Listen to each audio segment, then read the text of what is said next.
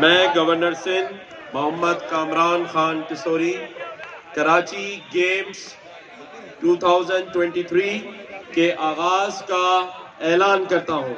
7, 6, 5, 4, 3, 2, 1, here we go! Well done, everyone!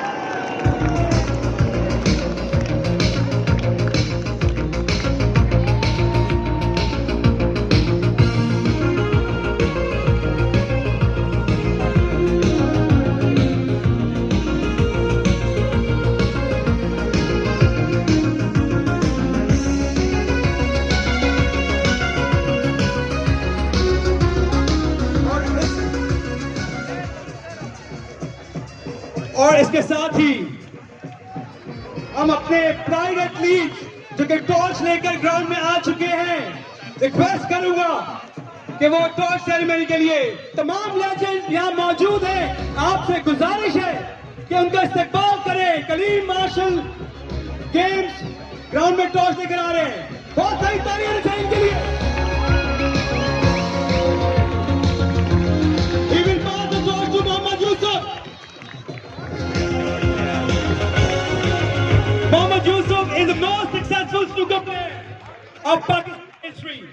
Mohammad Yusuf won IBS World Snooker so many times, and he passed the torch to Miss Naseem Hamid.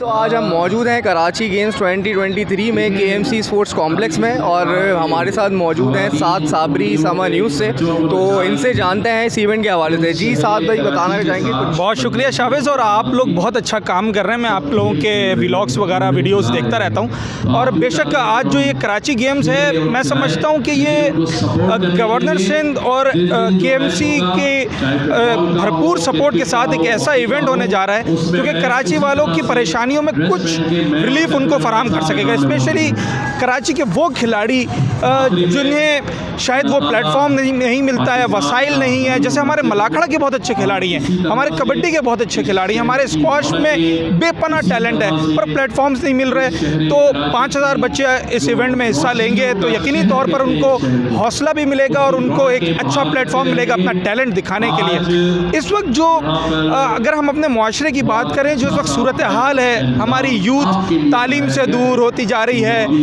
मंशियात की तरफ या street crimes की तरफ शिद्दत पसंदी हम देखने में आ रही है। तो स्पोर्ट्स ऐसी चीज़ है जो अगर नौजवानों को दी जाए तो उनको उनकी डायरेक्शन दी जाती है। बेसिकली वो एक अच्छी हेल्दी लाइफ अपनी ज़िंदगी में जो है आगे गुजार सकते हैं। बहुत शुक्रिया साद भाई, शुक्रिया, थैंक यू।